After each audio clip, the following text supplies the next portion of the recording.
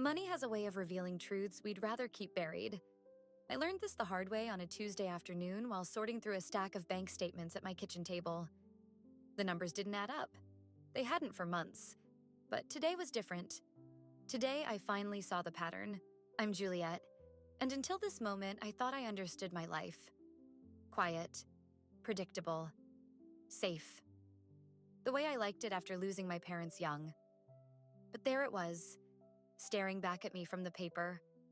Thousands of dollars, vanishing in neat little transactions, always on the 15th of each month. "Daniel?" I called out, my voice steadier than I felt. "Could you come here for a minute?" My husband appeared in the doorway, laptop balanced on one arm, that familiar half-smile playing on his lips. "What's up, honey?" "These withdrawals." I spread the statements across the table. "They've been happening for almost 2 years. Where's the money going?" His smile didn't waver, but something flickered behind his eyes. "Business expenses. You know how it is with the new venture. Business expenses don't come from our joint savings account." I tapped the paper, and they don't always total exactly $5,000.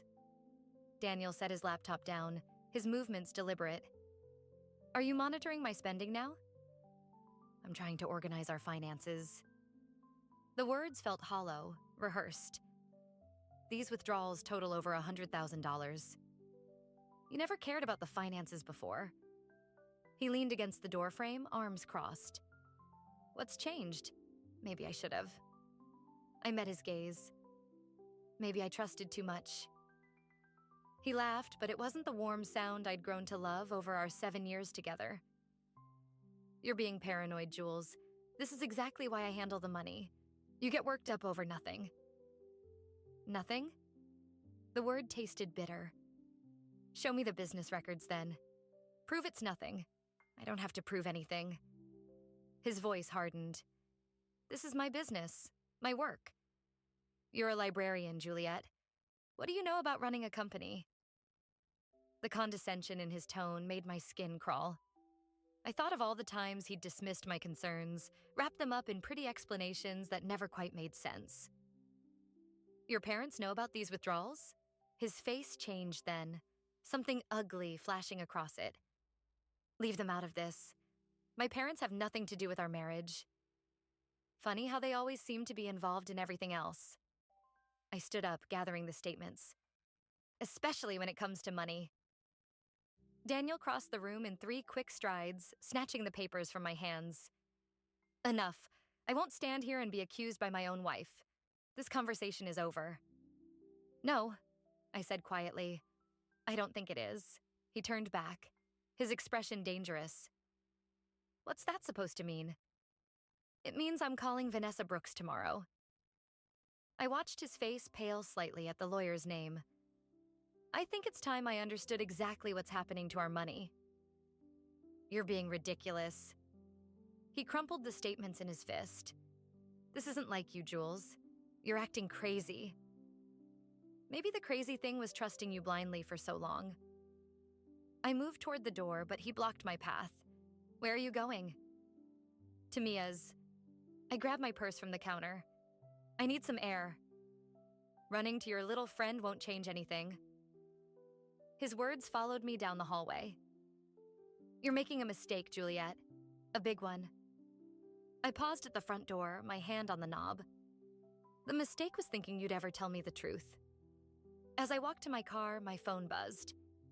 A text from Evelyn, my mother-in-law. "Daniel says you're upset about something. Come over for tea tomorrow. We'll sort this out as a family." I deleted the message without responding. Family. Such a simple word for such a complicated web of lies. But they didn't know what I'd discovered yet. The second account. The one Daniel thought I'd never find. Tomorrow would change everything. I just had to be ready for what that meant. Mia's apartment always smelled like fresh coffee and possibility. She poured me a cup while I spread the bank statements across her kitchen counter, my hands still shaking from the confrontation with Daniel. "These transactions," she said, tapping the paper with a manicured nail. "They're not just random withdrawals. Look at the pattern." I leaned closer. Mia had been an accountant before switching to library work. and her eye for detail was sharper than mine. What do you see? Each withdrawal is followed by a deposit to another account 2 days later, but the amounts are slightly different. Always $300 less. She circled several entries. It's like someone's taking a cut. My phone buzzed again. Evelyn's third message since I'd left the house. I silenced it without looking.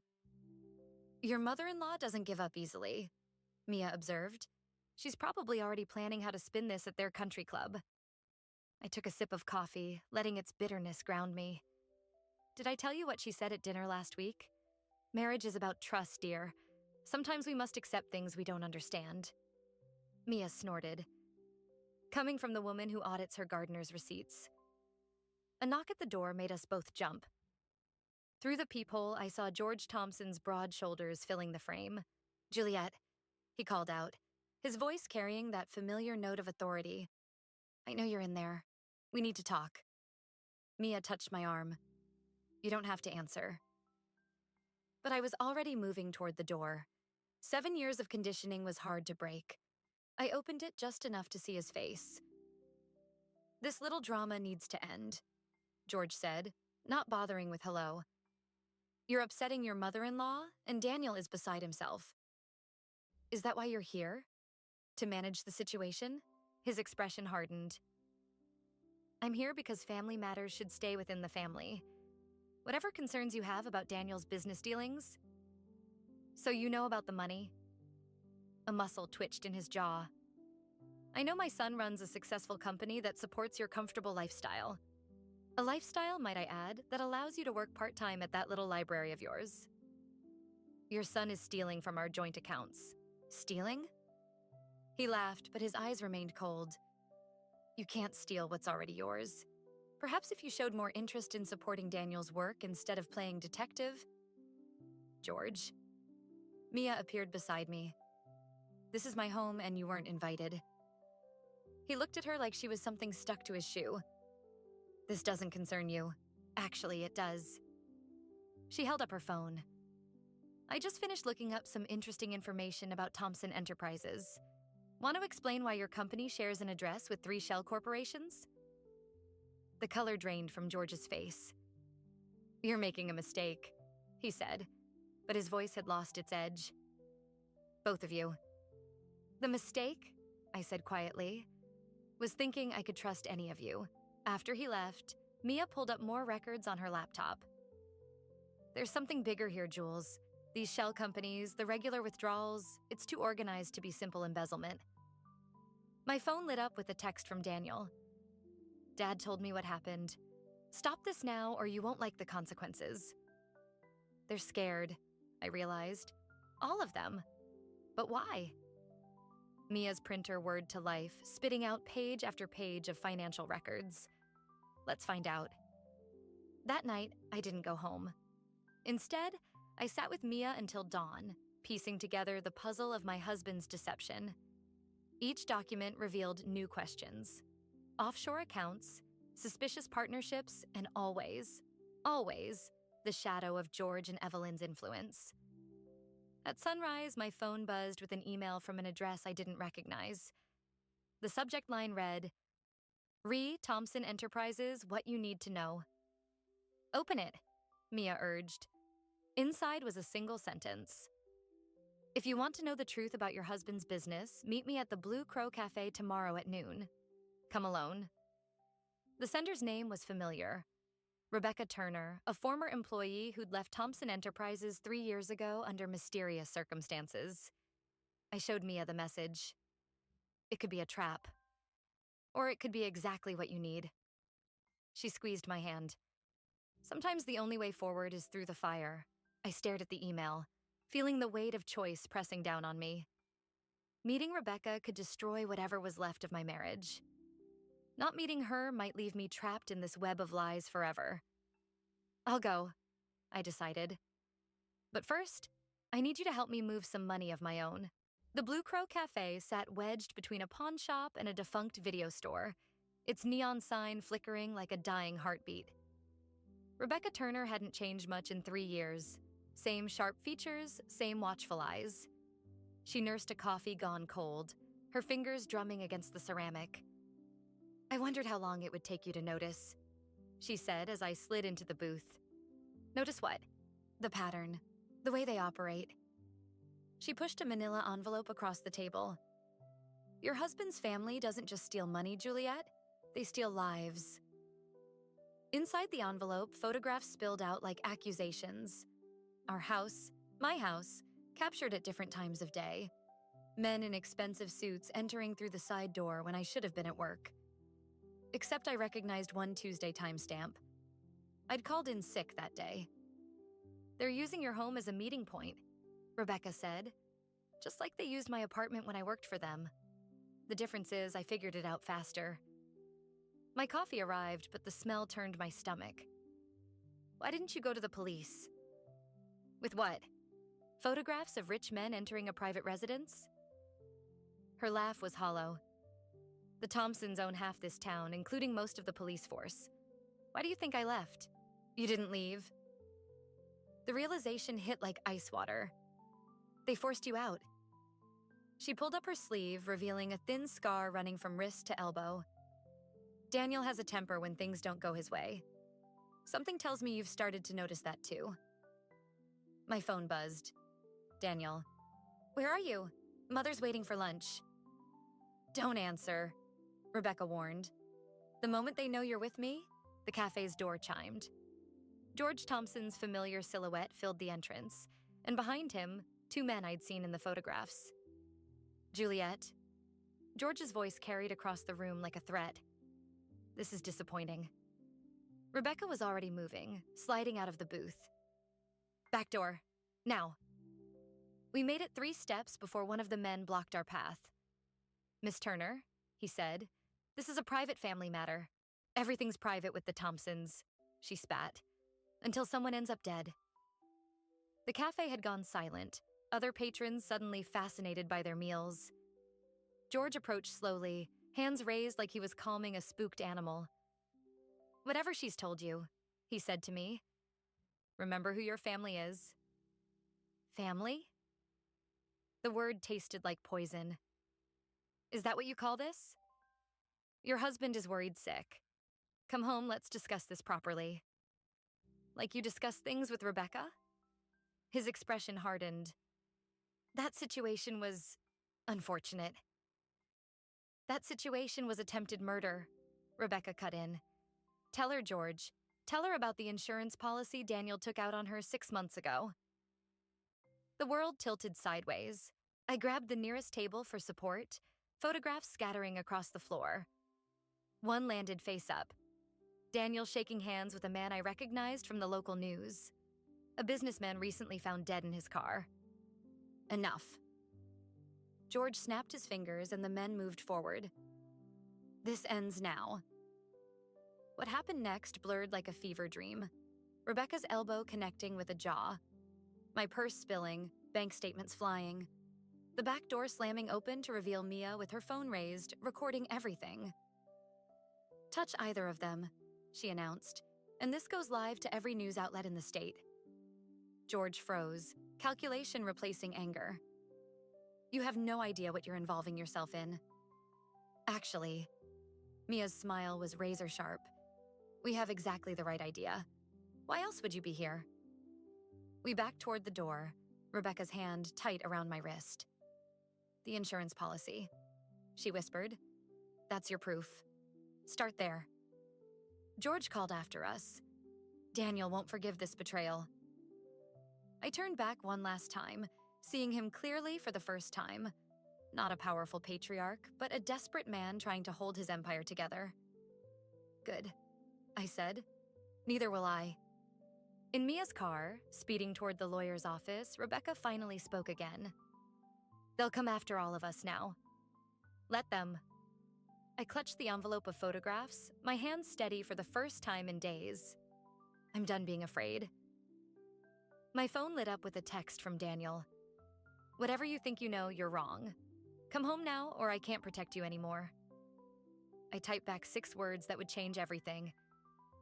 "I don't need your protection." I quit. Then I turned off my phone, watching my old life disappear in the rearview mirror. Vanessa Brooks's office felt too small for the weight of Rebecca's evidence. The lawyer spread the photographs across her desk, each one a nail in Daniel's coffin. My hands wouldn't stop shaking, even after my third cup of coffee. Life insurance policies don't lie, Vanessa said, tapping the document. $2 million payable to Daniel Thompson in the event of your death, taken out 6 months ago without your knowledge or consent. Mia's hand found mine under the table. That's fraud, right? That's attempted murder waiting to happen. Rebecca leaned forward. Just like the businessman in the photos, Thompson Enterprises insured him for $5 million 3 weeks before his accident. The office door burst open. Laura Bennett from the women's shelter stood there, breathless. They're at your house, Juliet. Daniel and his father, they're destroying everything. My throat closed. The books. Not just the books. Laura's eyes met mine. They found your mother's journals. The room tilted. Those journals were all I had left of her, hidden away in the false bottom of my closet. Pages filled with her suspicions about my father's death. Theories that never made sense until now. Your mother? Rebecca said slowly. What was her maiden name? Chen. Margaret Chen. Why? Vanessa's fingers flew across her keyboard.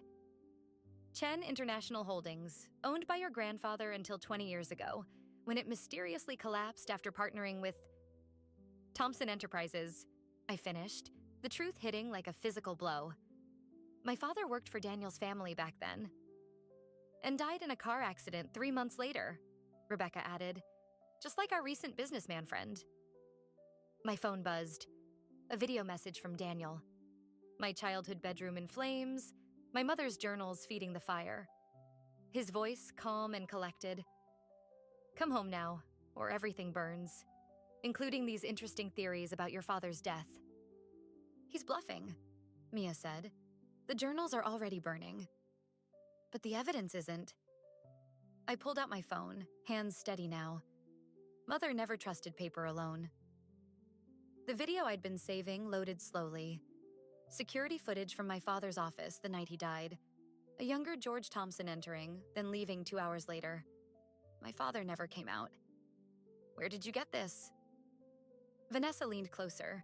Mother's safety deposit box, along with documentation of every illegal deal the Thompsons made that year. I met Rebecca's eyes, including the ones that destroyed my grandfather's company.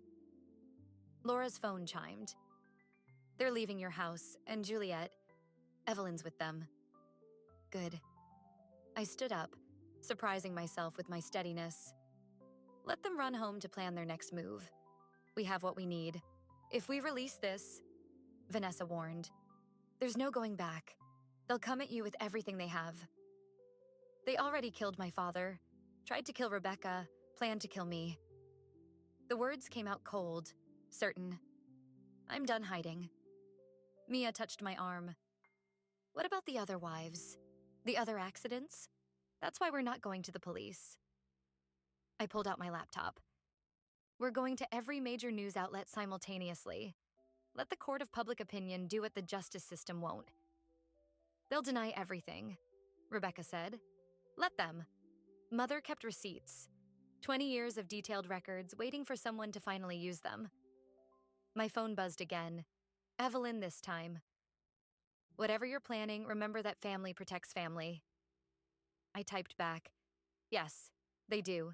The irony wasn't lost on me. The Thompsons had destroyed my family trying to protect their empire. Now I would destroy their empire trying to protect other families from their reach. Send everything, I told Vanessa. Every photo, every document, every video. Let them burn like my mother's journals. And Daniel? Laura asked softly. I thought of our wedding day. How sincere his vows had seemed. How carefully he'd hidden the monster behind the mask. Let him learn what it feels like to lose everything he loves. The news would break tomorrow. By noon, Thompson Enterprises would be trending for all the wrong reasons. By evening, their carefully constructed world would begin to crumble. You'll need protection, Vanessa said. Once this hits, I know. I closed my laptop. That's why we're not finished yet. Mother left me one more gift to unwrap. Rebecca raised an eyebrow. What kind of gift? The kind that makes sure the Thompsons can never hurt another family again. I stood up. Who's ready for phase 2? The inheritance letter arrived on a Thursday, 3 days after the news broke about Thompson Enterprises. I stared at the number, $8 million, while Vanessa explained the details. My great-aunt Claire, someone I'd never met, had left me everything. The timing is suspicious, Mia said, pacing behind my chair. It's not suspicious. Rebecca's voice cut through the tension. It's calculated. Check the executor's name. Margaret Chen. My mother. That's impossible, I whispered. She died 5 years ago. The trust was established 15 years ago, Vanessa explained, with specific instructions not to release the funds until certain conditions were met. My phone lit up with Daniel's face. His 5th call since the story broke about Thompson Enterprises' connection to 3 suspicious deaths. I let it ring. What conditions? I asked. Marriage to a Thompson. Vanessa slid another document across her desk. And evidence of criminal activity within the family business. The office door opened. Laura stepped in, her face ashen. They're moving assets, fast. Daniel just cleared out your joint accounts and listed your house for sale. My hands curled into fists. He can't sell the house without my signature. He can with this. Laura held up a document. My signature, perfectly forged, dated 3 days ago. The room spun. Everything I'd thought I was achieving. Every step ahead I believed I'd taken. It had all been part of someone else's plan. My mother's plan. There's more, Rebecca said quietly. The business that collapsed 20 years ago? Your grandfather's company? It didn't just fall apart. It was systematically dismantled by the Thompsons, piece by piece, using inside information from my father. I finished. Before they killed him. My phone buzzed again. Evelyn. The inheritance belongs to the family. Daniel is your husband. Don't force us to take legal action. A laugh bubbled up, bitter and sharp. They think they can threaten me into handling over the money. They can try, Vanessa said. But your mother was thorough. The trust has one final condition. All assets are forfeit if you remain married to Daniel Thompson. The pieces clicked into place. My mother hadn't just left me money, she'd left me a weapon. How long? I asked. To divorce him? 30 days from receiving the inheritance notification. After that, the money goes to a women's shelter building fund. My phone chimed with an email. Security footage from my house. Daniel and George carrying boxes of documents to their car. In the background, Evelyn supervised as movers loaded my furniture. They're not just taking documents, Mia observed. They're erasing you. Something inside me shifted, a final thread of restraint snapping. Show me the trust documents. All of them. Vanessa hesitated. There's a reason your mother waited until now. Once you see everything, I need to know. She unlocked her bottom drawer and withdrew a thick file. Inside, photos spanned decades. The Thompsons systematically destroying families, arranging accidents, forging documents. My father's death had been just one link in a long chain. Claire wasn't really your aunt, Rebecca said softly. She was your mother's friend, one of the first to notice the pattern of suspicious deaths around Thompson Enterprises. My phone lit up one last time. Daniel had sent a video. My childhood photos burning in the backyard fire pit. His voice calm as ever. Come home now, and maybe we can save what matters. I watched the flames consume my past, feeling strangely peaceful. He thinks he's punishing me. Isn't he? Laura asked. No. I stood up, gathering the trust documents. He's proving my mother right. The Thompsons only know how to destroy, so let's see how they handle being destroyed. What's your play? Mia's eyes gleamed. First, we leak the divorce filing. Let them scramble to protect their precious prenup. I pulled out my phone, composing a text to Evelyn. Then we show them what real power looks like. They'll retaliate, Vanessa warned. Good. I hit send on the text.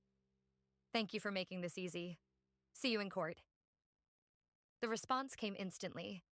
Don't do this, Juliet. Family protects family. I thought of my mother spending 15 years orchestrating this moment from beyond the grave. Of my father, trying to expose the truth until it killed him. Of Claire, sacrificing her fortune to give me the means to finish what they started. You're right, Evelyn, I whispered to myself. Family does protect family, and my family has been protecting me all along. The Thompson Enterprises board meeting wasn't just being live-streamed, it was trending. I watched from Mia's laptop as Daniel stood at the podium, his carefully crafted mask finally cracking. These allegations are baseless, he insisted, but his voice wavered. Behind him, George gripped the back of his chair, knuckles white. My wife is experiencing a mental breakdown. Your wife, Rebecca's voice cut through the room as she stood, has provided documentation of 3 suspicious deaths connected to Thompson insurance policies. She turned to face the shareholders. And there are more. The room erupted. I clicked through the other feeds, local news, social media, business channels. The story was everywhere. Daniel's face, George's crimes, Evelyn's complicity. 20 years of carefully hidden secrets, exposed in 20 minutes. My phone buzzed. Laura. They're at the shelter, armed. The world tilted sideways. The women's shelter, where we'd hidden the original documents, where 3 of Daniel's other victims were staying, where Laura was supposed to be safe. They're desperate, Mia said, grabbing her keys. They know they're losing everything. Not everything. My voice sounded distant, even to myself. Not yet. We were 3 blocks away when the first gunshot echoed. Police sirens wailed in the distance, too far to help. Through the shelter's windows, I caught glimpses of movement. Laura and the others huddled in the back office, Daniel's men searching room by room. The safe room, I whispered. If they can make it to the basement, another shot.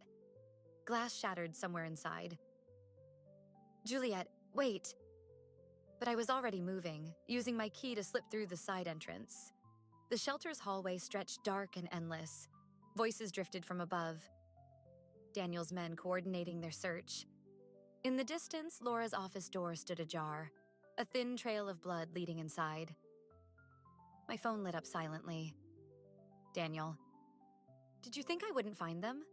That I'd let you destroy everything my family built? A floorboard creaked behind me. I turned to find Evelyn, her designer dress incongruous in the shelter's dim light. I tried to warn you, she said softly. Family protects family. Like you protected those other wives? The ones who discovered too much? Something flickered across her face. Doubt, maybe even guilt. We did what was necessary. So am I. Footsteps thundered down the stairs. Daniel appeared, flanked by 2 men I recognized from the photographs. His eyes were wild, his perfect composure shattered. The documents, he demanded. Where are they? Gone. I met his gaze steadily. Everything's already uploaded. Every death, every fraud, every cover-up.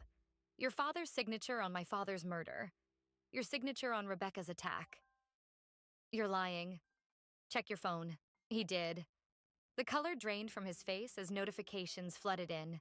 News alerts, messages, his carefully constructed world imploding in real time. You could have had everything, he whispered. We could have given you the perfect life. Perfect? I laughed, the sound sharp and bitter. You killed my father. Planned to kill me. That was your idea of perfect? Daniel. Evelyn's voice shook. The police. Shut up, Mother. He raised the gun, his hand trembling slightly. This ends now. Time slowed. I saw my mother's journals burning, my father's last security footage, Rebecca's scar. 20 years of Thompson family secrets, built on broken lives and stolen futures.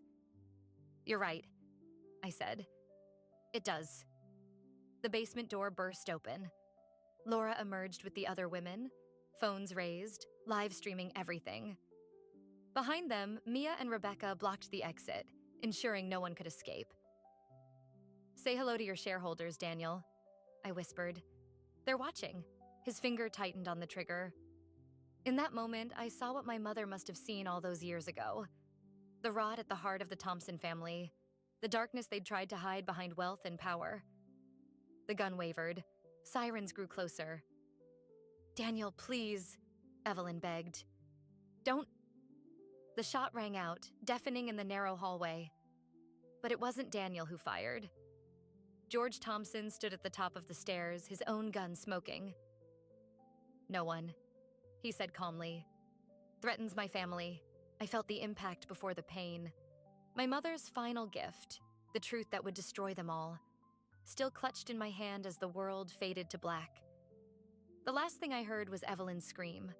Not for me, but for what she finally understood.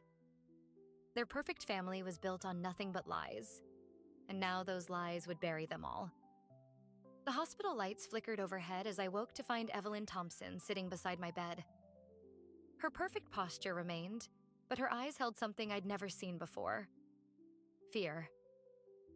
"George always was the true monster," she said quietly. I just pretended not to see it. My shoulder throbbed where the bullet had struck. Through the window, I could see police lights still flashing in the parking lot. "Where's Daniel?" "In custody, along with his father." She placed a manila envelope on my lap. "These belong to your mother. I've kept them hidden for 20 years. My hands trembled as I opened it. Inside, photographs showed a younger Evelyn with my mother, smiling, close. Friends. "You knew," I whispered. "All this time, you knew what they did to my father." "I thought I was protecting my family." Her voice cracked. "But I was just protecting their crimes." The door opened. Rebecca and Mia entered, followed by Laura, her arm bandaged but standing tall. "The footage is everywhere," Mia said. "George's confession, Daniel's threats, everything." "Thompson Enterprises stock has crashed," Rebecca added. "The board is calling for a complete investigation." Evelyn stood, smoothing her skirt with shaking hands. "They'll come for me too, as they should." "Why now?" I asked. "After all these years, why help me?" "Because I saw myself in you. The same trap, the same gilded cage." She pulled out one final photograph, herself, young and bruised, with my mother standing protective beside her. "Margaret tried to help me leave once. I chose fear instead. Chose to become what I feared." The hospital room door burst open. Daniel stood there, handcuffed, flanked by officers. His eyes were wild, his carefully maintained facade shattered completely. "Mother," he snarled, "what have you done?" "What I should have done 20 years ago." She turned to face him fully. "Your father didn't just kill James Moore. He killed part of me too, and I let him. Everything I did for this family." "No." Her voice was steel. "Everything you did for power, just like your father." I watched them, mother and son, their perfect world crumbling. Through the window, I could see George being led to a separate police car, his empire collapsing in real time. "The insurance policy," I said quietly. "Was that your idea or his?" Daniel's face contorted. "You were supposed to be grateful. We gave you everything. You gave me lies, just like you gave my mother lies, like you gave every woman you destroyed lies." "Daniel Thompson." One officer stepped forward. "You're being charged with conspiracy to commit murder, fraud." The charges continued, each one a nail in the coffin of the Thompson legacy. But Daniel's eyes never left mine. "I loved you," he whispered. "No." I met his gaze steadily. "You loved controlling me. There's a difference." As they led him away, Evelyn placed one last thing on my bed. A key. "To the lake house safe," she said. "Everything's there, every crime, every victim, every cover-up. Use it wisely. They'll arrest you too." "Good." She straightened her shoulders. "Maybe prison will be more honest than the cage I built for myself." After she left, Laura sat beside me. "Your mother would be proud." "Would she?" I touched the photographs, these pieces of a past I never fully understood. All this revenge, all this pain. This isn't just revenge, Mia interrupted. This is justice. For your parents, for Rebecca, for all of them. My phone lit up with news alerts. Thompson Enterprises stock in freefall, investigations opening, victims coming forward. 20 years of carefully hidden crimes exposed in a single day. What now? Rebecca asked softly. I looked at the key Evelyn had left, thinking of all the evidence waiting to be uncovered. Of all the other families like mine, waiting for truth, for justice. Now, I said, we make sure this never happens to anyone else. Through the window, I watched the police cars pull away, taking with them the remains of the Thompson Empire. In the end, it wasn't my revenge that destroyed them. It was their own lies. Finally dragged into the light, Mother had known this would happen. Had planned for it, waited for it, ensured I would be ready when the moment came. In destroying the Thompsons, I had fulfilled not just my vengeance, but her justice. The lake house key felt heavy in my palm as I stood before the iron safe. Behind me, Laura and Rebecca documented each piece of evidence we uncovered, while Mia photographed everything. 20 years of Thompson family secrets, preserved in perfect order. Your mother's handwriting, Vanessa said, holding up a leather journal. She documented everything, even after they threatened her. The final trial date was set for next week. Daniel, George, and their conspirators would face justice in a courtroom packed with their victims. But here, in this moment, I found something else. Understanding. There's a letter for you, Mia said softly, holding out a yellowed envelope. Dated the day before your mother died. My hands didn't shake as I opened it. They hadn't shaken since the hospital. My dearest Juliet, I read aloud. By the time you find this, you'll understand why revenge wasn't enough. The Thompsons destroy families. It's what they do. But we protect them. It's what we've always done. Rebecca touched the scar on her arm. She knew this day would come. She planned for it. Laura added, gesturing to the meticulous files. Every victim, every crime, every connection. She made sure nothing could be buried again. The safe's final compartment contained a single photograph. My mother with Claire, standing before a building I recognized. The women's shelter where everything had ended and begun. The property deed's in your name, Vanessa said, reviewing the documents. Claire bought it years ago, left it in trust. Your mother's final note says, some legacies are built on lies, I finished, remembering the words from my childhood. Others on truth. Choose wisely. My phone buzzed. A message from Evelyn's lawyer. She'd agreed to testify against George and Daniel in exchange for a reduced sentence. Her statement began with an apology to my mother. The shelter needs renovation, Laura said carefully. And there are more women coming forward every day looking for help. I studied the photograph again. My mother and Claire hadn't just left me money or evidence, they'd left me purpose. Start the paperwork, I told Vanessa. The inheritance, the property, everything, it goes to establishing a foundation for families destroyed by men like the Thompsons. And Daniel? Mia asked. The newspaper on the table showed his latest court appearance. He looked small now, ordinary. The monster who'd haunted my life reduced to a man in handcuffs. He can live with the truth, I said. It's a harsher sentence than any court could give him. Rebecca picked up another file. There are other companies like Thompson Enterprises, other families hiding similar secrets. Then we'll find them. The certainty in my voice surprised even me. That's what Mother would have wanted. Not just revenge, revolution.